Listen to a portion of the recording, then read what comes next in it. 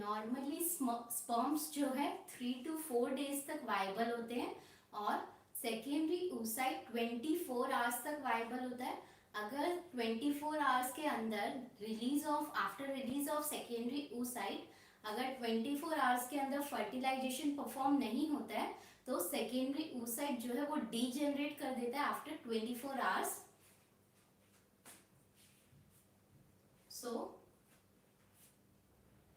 सबसे पहले cleavage,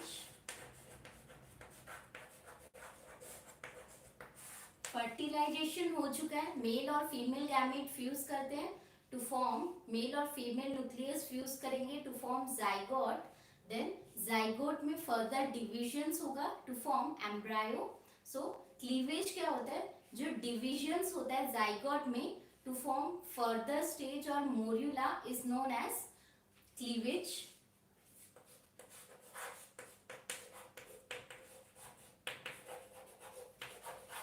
Division of zygote to form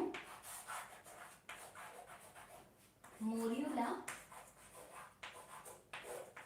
मोर्यूला एक 16 सेल स्टेज है, वो आगे डिस्कस करेंगे जब डिवीजन स्टार्ट करेंगे। सो जाइगोट में डिवीजन होता है to form morula is known as cleavage.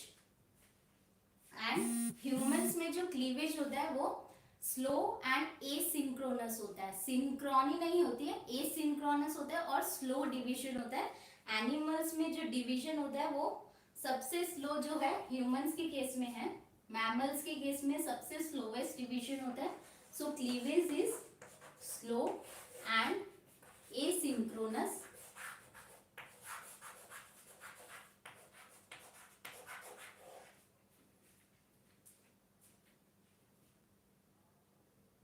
और जब हम लोगों ने स्पर्म का स्ट्रक्चर डिस्कस किया था तो उसमें 2 सेंट्रियोल्स थे, proximal centriole and distal centriole.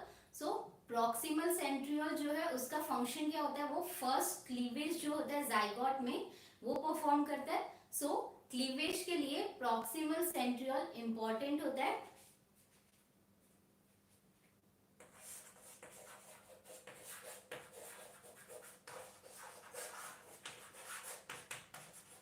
For cleavage, it is necessary that proximal centriole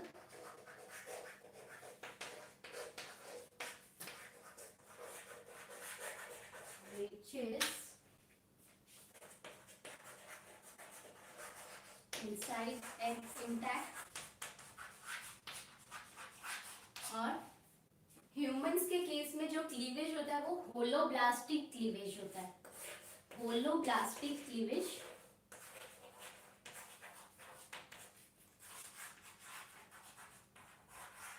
cleavage 2 type का होता है, holoblastic cleavage and meroblastic cleavage. Holoblastic cleavage में क्या होता है, जो डिवीजन होता है वो कंप्लीट डिवीजन होता है, मतलब एग का कंप्लीट डिवीजन होगा।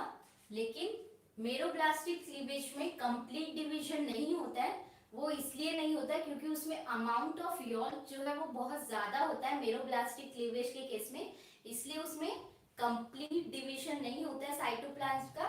और होलोब्लास्टिक क्लीवेज में कंप्लीट डिवीजन होता है साइटोप्लाज्म का।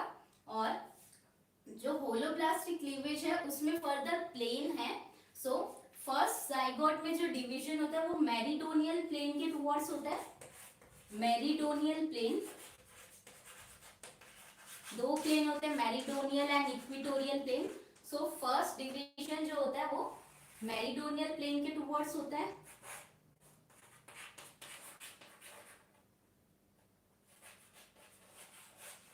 एंड फर्दर जो होगा वो रोटेशनल क्लीवेज शो करता है।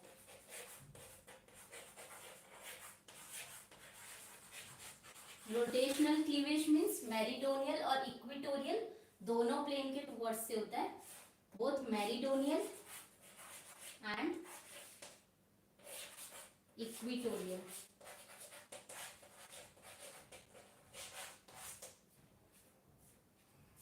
So cleavage, division of zygote to form morula is known as cleavage।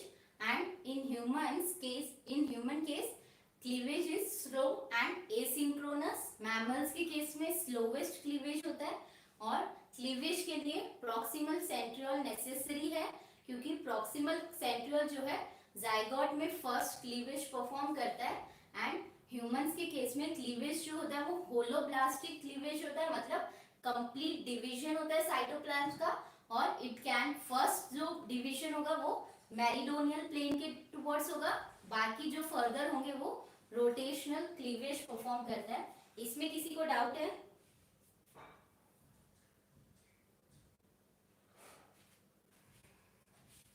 Good evening Anjali, good evening Ambika.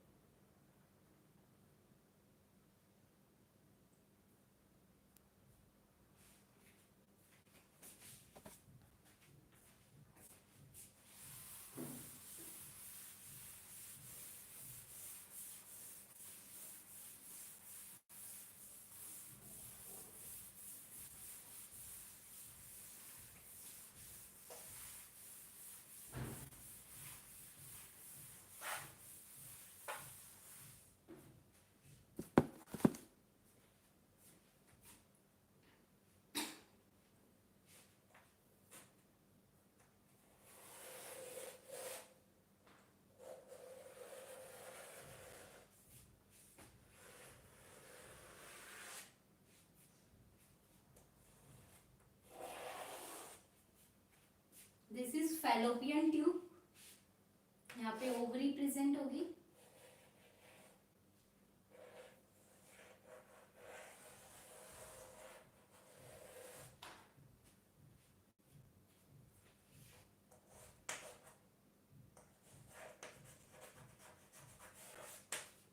ये ओवरी है और ये फैलोपियन ट्यूब है। जब ओव्यूलेशन होगा at the 14th day of menstrual cycle, जब ओव्यूलेशन होगा तो सेकेंडरी oocyte रिलीज होगा यहाँ से, और जो लेफ्ट आउट हो जाएगा वो क्या होगा? Corpus luteum.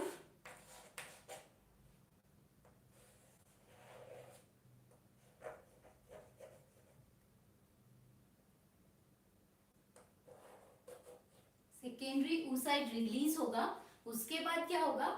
सेकेंडरी oocyte जो है एम्प्यूलरी इस्थमिक जंक्शन पे जाएगा, तभी अगर स्पर्म दोनों सेम टाइम पे होगा तभी फर्टिलाइजेशन पॉसिबल है। सो सिंक्रोनी होनी चाहिए दोनों के बीच में, तभी फर्टिलाइजेशन होगा।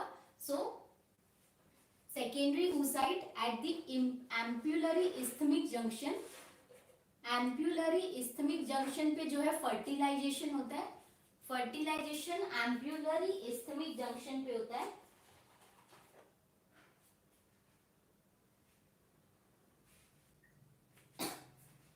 उसके बाद जैसे ही फर्टिलाइजेशन परफॉर्म होगा उसके 30 आवर्स के बाद फर्स्ट डिवीजन होगा जाइगोट में। आफ्टर 30 आवर्स फर्स्ट डिवीजन होगा, उसके बाद फर्दर डिविजन्स होंगे जो कि 3 cell stage, 4 cell stage, 8 cell stage और 16 सेल स्टेज फॉर्म करेंगे। और ये जो डिवीजन है, ये जो सेल्स फॉर्म होते हैं इनको मोर्यूला बोलते हैं। सबसे पहले ओव्यूलेशन होगा, सेकेंडरी oocyte फैलोपियन ट्यूब में आएगा and at the fallopian tube के एम्प्यूलरी इस्थमिक जंक्शन पे फर्टिलाइजेशन परफॉर्म होगा। अगर दोनों सेम टाइम पे उस जंक्शन पे रीच करेंगे तभी पॉसिबल है fertilization. Then after fertilization, after 30 hours of fertilization first division होगा, दैट इज मेरिडोनियल प्लेन के टुवर्ड डिवीजन होगा।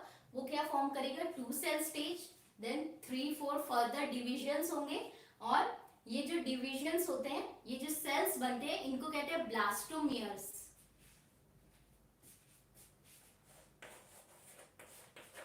ब्लास्टोमियर्स। और जो 8 to 16 सेल स्टेज होता है, 8 to 16 cell stage is known as morula. और मोर्यूला जो है यूटेरस में एंटर करता है, एंड यूटेरस की 3 लाइनिंग है, पेरीमेट्रियम, मायोमेट्रियम एंड एंडोमेट्रियम।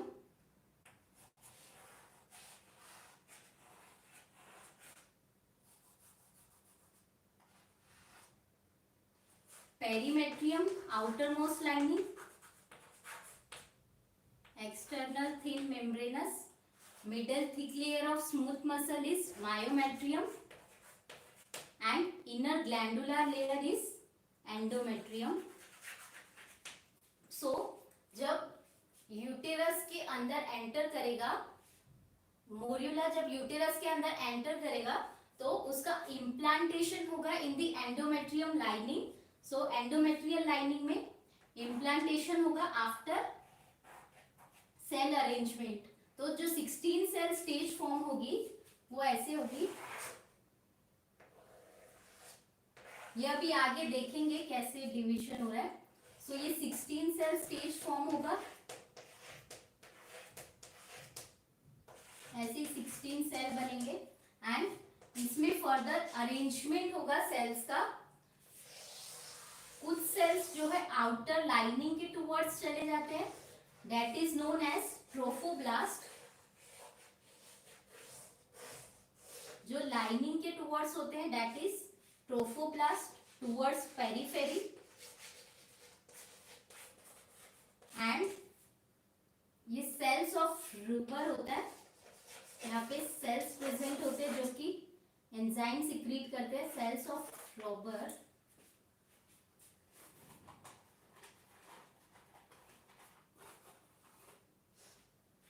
ये सेल्स ऑफ रॉबर है,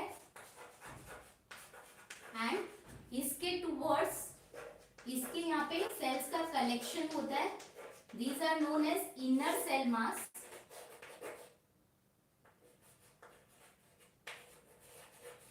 and inner cell mass cells जो है फर्दर डिवाइड करते हैं to form embryo, 16 cell stage और मोर्यूला।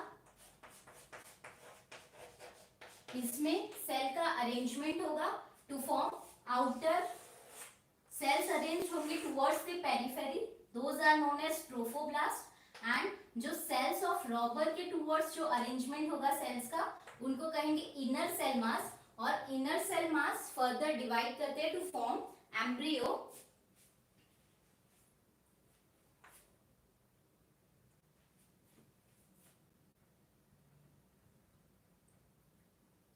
और ब्लास्टोमियर्स और एग का जो साइज होता है वो दोनों सेम होता है। जाइगोट और ब्लास्टोमियर का जो साइज होता है,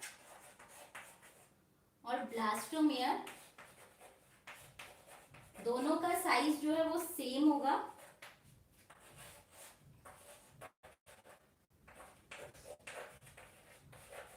क्योंकि ये दोनों जो है जोना पेलुसिडा से कवर्ड होते हैं और वो उसको फर्दर ग्रो होने नहीं देता है। सो ओव्यूलेशन होगा, सेकेंडरी oocyte रिलीज करेगा फैलोपियन ट्यूब के टुवर्ड्स, फर्टिलाइजेशन होगा at ampullary isthmic junction, then after 30 hours of fertilization first division होगा। और ये सब डिविजन्स जो है फैलोपियन ट्यूब में होंगे। फर्स्ट डिवीजन होगा मेरिडोनियल प्लेन के टुवर्ड्स, देन 3 सेल स्टेज 4, 8, 16 और 8 to 16 सेल स्टेज। इन सब से ये सब स्टेज जो है इनको ब्लास्टोमियर्स बोलते हैं। और 8 to 16 सेल स्टेज जो कि यूटेरस में एंटर करता है, इनको मोर्यूला बोलते हैं।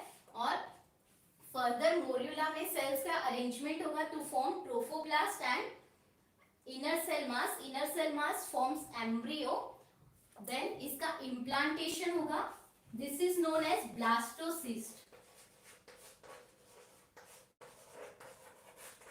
ये ब्लास्टोसिस्ट है देन एंडोमेट्रियल लाइनिंग में ब्लास्टोसिस्ट का जो है इम्प्लांटेशन होता है,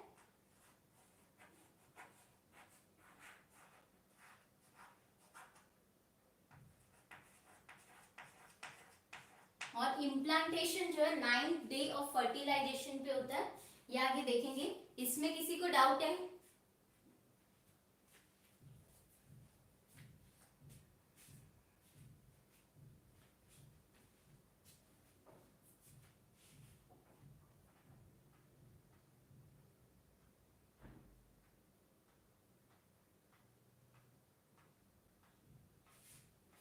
जाइगोट, ब्लास्टोमियर, मोरुला सब सेम साइज का होता है, क्योंकि ये जोना पेलुसिडा से कवर्ड होता है। उसके बाद जो ब्लास्टोसिस्ट होता है वो जोना पेलुसिडा से कवर नहीं होता है, तो इसमें साइज चेंज होता है। लेकिन जाइगोट, ब्लास्टोमियर और मोरुला सब जोना पेलुसिडा से कवर होता है, इसलिए सबका साइज सेम होता है, कवर्ड बाय जोना पेलुसिडा। और ये रेस्ट्रिक्ट करता है इसको ग्रो होने से।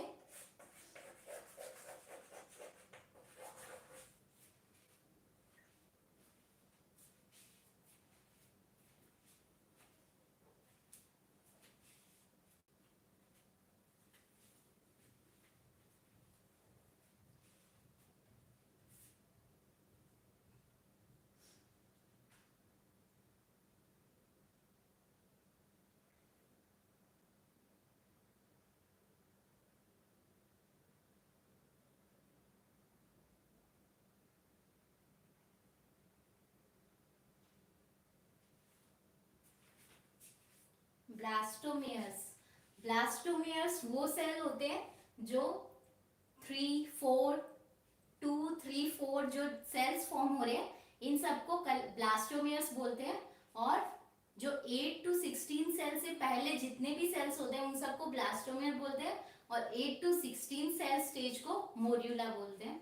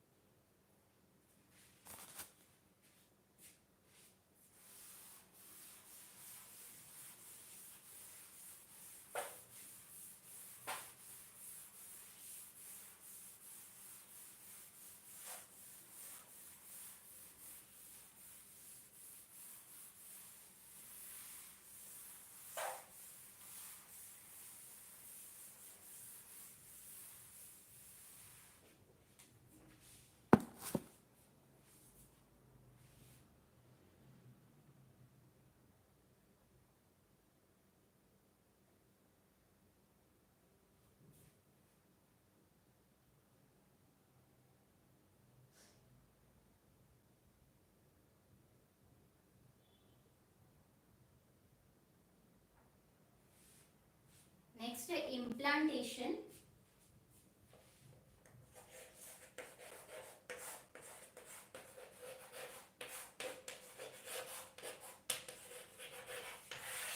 जो ब्लास्टोसिस्ट फॉर्म होता है इसका ये एंडोमेट्रियम में एम्बेड होता है, that is known as implantation.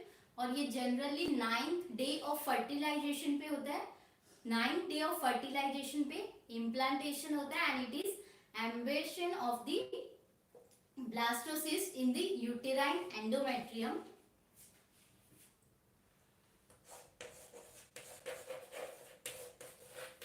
Blastocyst gets embedded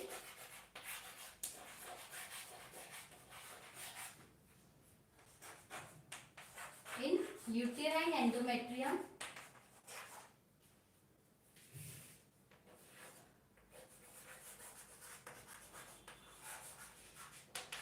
It is known as implantation और ये generally 9th day of fertilization पे होता है।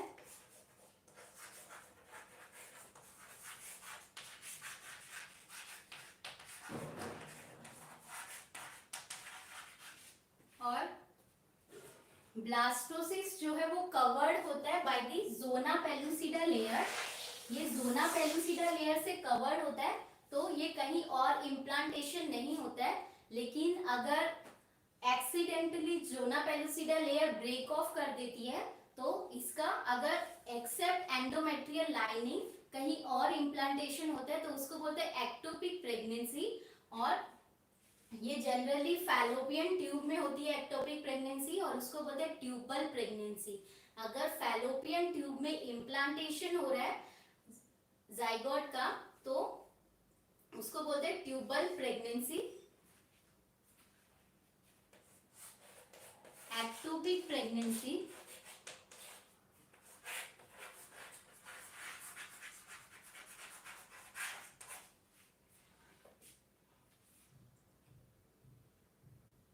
it is an abnormal condition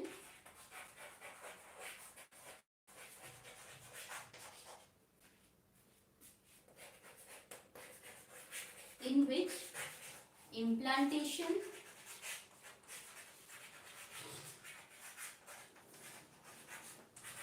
occurs at site other than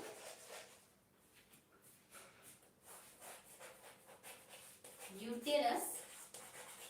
अगर यूटेराइन एंडोमेट्रियम के अलावा कहीं और पे इम्प्लांटेशन हो रहा है तो उसको बोलते हैं एक्टोपिक प्रेगनेंसी।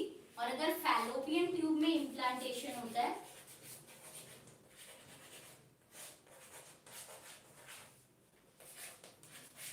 तो उसको बोलते हैं ट्यूबल प्रेगनेंसी।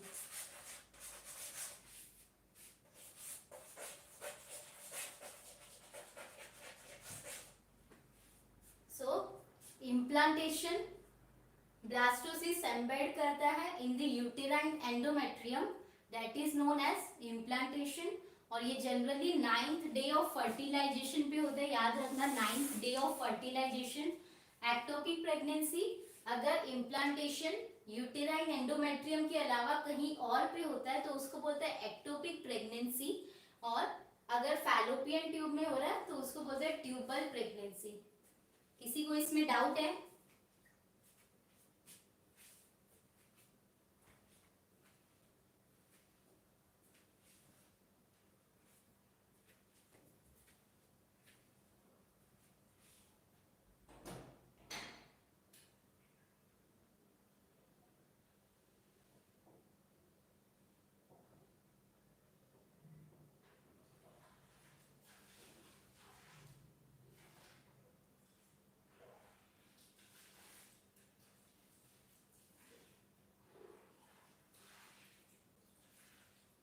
ब्लास्टोसिस्ट मोर्यूला के बाद जो सेल्स का अरेंजमेंट होता है out towards the periphery trophoblast and towards the cell of Rauber inner cell mass, इसी सेल को बोलते हैं ब्लास्टोसिस्ट। ये जो सेल है इसका नाम है ब्लास्टोसिस्ट।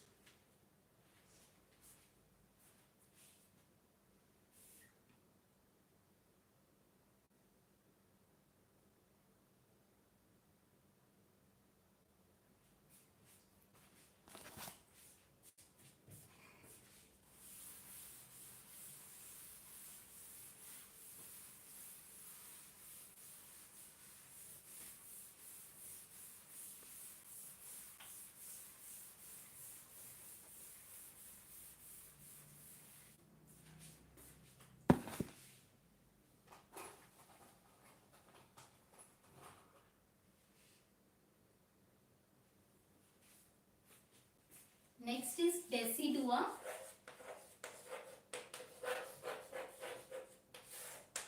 आफ्टर इम्प्लांटेशन एंडोमेट्रियम को डेसिडुआ बोलते हैं। इम्प्लांटेशन के बाद जो एंडोमेट्रियम होता है उसको डेसिडुआ बोलते हैं। और डेसिडुआ 3 टाइप के होते हैं। डेसिडुआ कैप्सुलरिस जो कि ब्लास्टोसिस्ट को जो डेसिडुआ कवर करता है that is decidua capsularis. Decidua बेसालिस जो कि ब्लास्टोसिस्ट और मायोमेट्रियम के बीच में जो डेसिडुआ प्रेजेंट होगा उसको बोलते हैं डेसिडुआ बेसालिस। और डेसिडुआ पेराइटेलिस जो रिमेनिंग एंडोमेट्रियम हो गया उसको डेसिडुआ पेराइटेलिस बोलते हैं।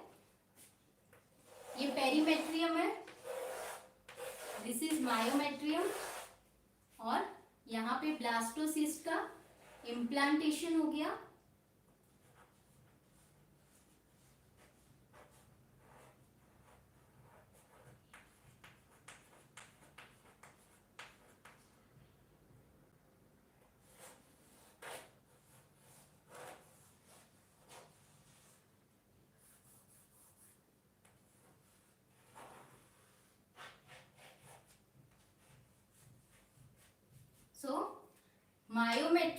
और ब्लास्टोसिस्ट के बीच में जो एंडोमेट्रियम होता है इसको बोलते हैं डेसिडुआ बेसिलिस।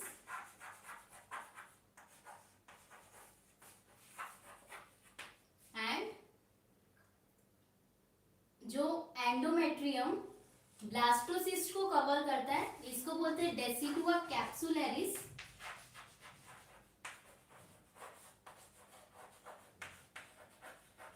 और बाकी जो एंडोमेट्रियम रह गया इसको बोलते हैं decidua पेराइटेलिस।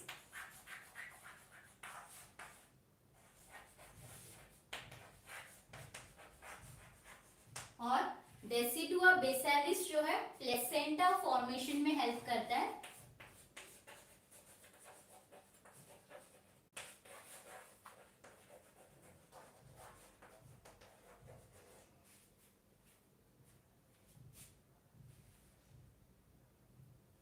So after implantation endometrium is known as decidua।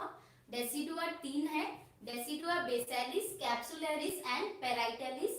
basalis क्या है? मायोमेट्रियम और ब्लास्टोसिस्ट के बीच में जो एंडोमेट्रियम होता है इसको डेसिडुआ बेसिलिस बोलते हैं और ये प्लेसेंटा फॉर्मेशन में कंट्रीब्यूशन देता है। ब्लास्टोसिस्ट के अराउंड जो एंडोमेट्रियम होता है उसको बोलते हैं डेसिडुआ कैप्सुलरिस और जो रिमेनिंग डेसिडुआ हो गया उसको डेसिडुआ पेराइटेलिस बोलते हैं। इसमें किसी को डाउट है?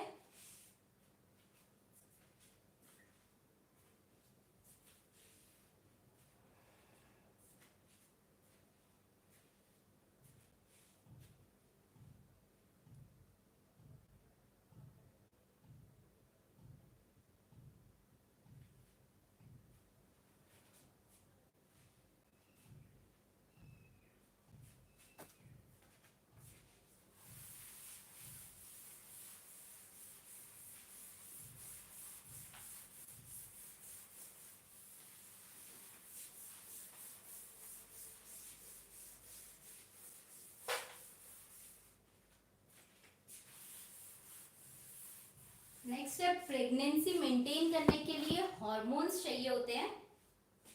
सो प्रोजेस्टेरॉन जो है वो कॉर्पस ल्यूटियम से सिक्रीट होता है और कॉर्पस ल्यूटियम जो है मेंटेन करता है एंडोमेट्रियम को। अगर कॉर्पस ल्यूटियम डीजेनरेट हो जाता है तो एंडोमेट्रियम स्लफ ऑफ कर जाएगा। सो एंडोमेट्रियम को फर्दर कौन मेंटेन करता है? LH।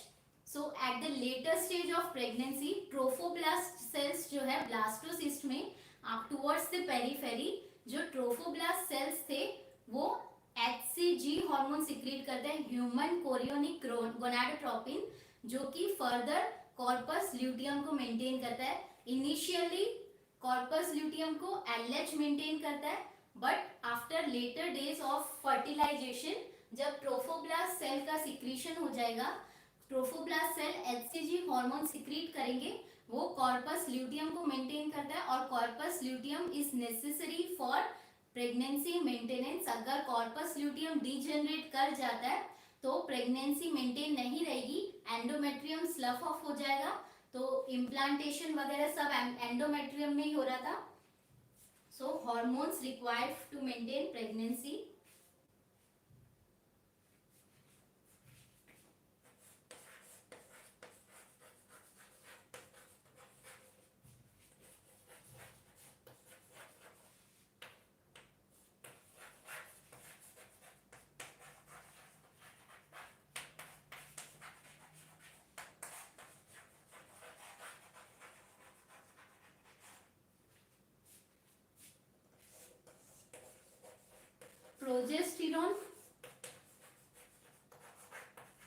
प्रोजेस्टेरॉन फर्स्ट हार्मोन है जो कि जरूरी होता है और प्रोजेस्टेरॉन कौन सिक्रीट कर रहा था? Corpus luteum.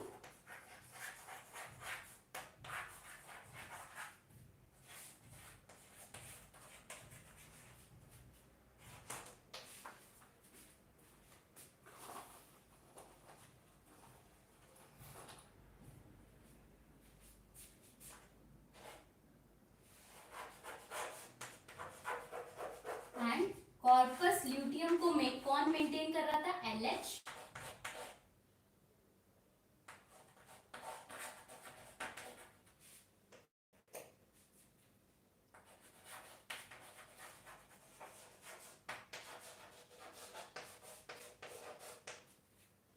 अगर LH नहीं होगा तो कॉर्पस ल्यूटियम जो है डीजेनरेट कर जाएगा.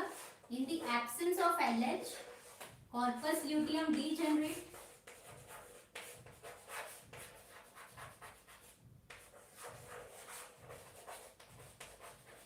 तो इसको कौन मेंटेन करेगा?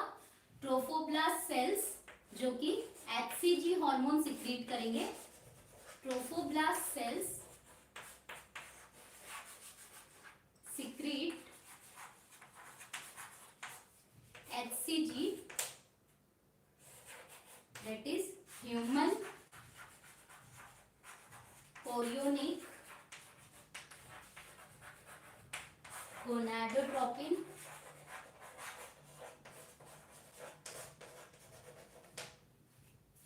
and it maintains corpus luteum जो कि फर्दर प्रोजेस्टेरॉन सिक्रीट करेगा. And it is similar to LH in action. इसका जो फंक्शन होता है सिमिलर होता है to LH, that is maintenance of corpus luteum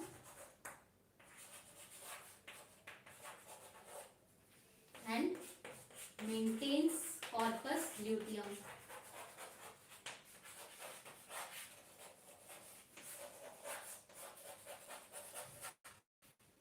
so pregnancy maintain करने के लिए प्रोजेस्टेरॉन हार्मोन इंपॉर्टेंट है जो कि सिक्रीटेड होता है बाय कॉर्पस ल्यूटियम. और कॉर्पस ल्यूटियम को LH मेंटेन करता है. अगर LH नहीं होगा तो कॉर्पस ल्यूटियम डीजनरेट कर जाएगा. और trophoblast sales in the later stage of pregnancy, जब ट्रोफोब्लास्ट सेल्स फॉर्म हो जाते हैं तो वो HCG हार्मोन सिक्रीट करेंगे. और इसका फंक्शन जो है सेम है एज LH. और ये क्या करता है? कॉर्पस ल्यूटियम को मेंटेन करता है जो कि फर्दर प्रोजेस्टेरॉन हार्मोन सिक्रीट करेगा और प्रेगनेंसी को मेंटेन करेगा. इसमें कोई डाउट है?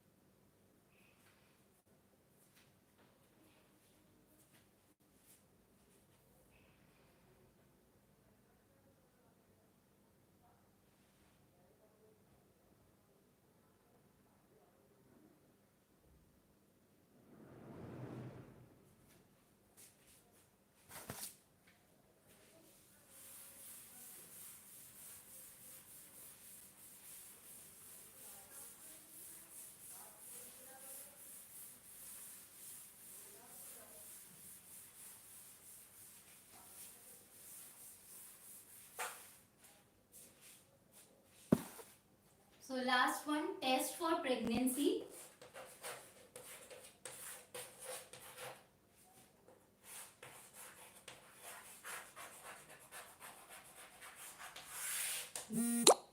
Gravidex test.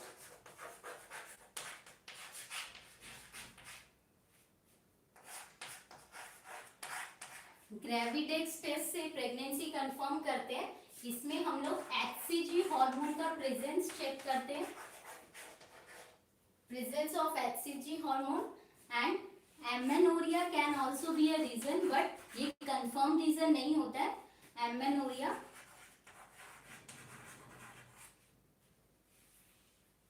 सो ग्रेविडेक्स टेस्ट जो कि HCG का प्रेजेंस चेक करता है, it is a confirm test for pregnancy. आज के पूरे लेक्चर में किसी को डाउट है?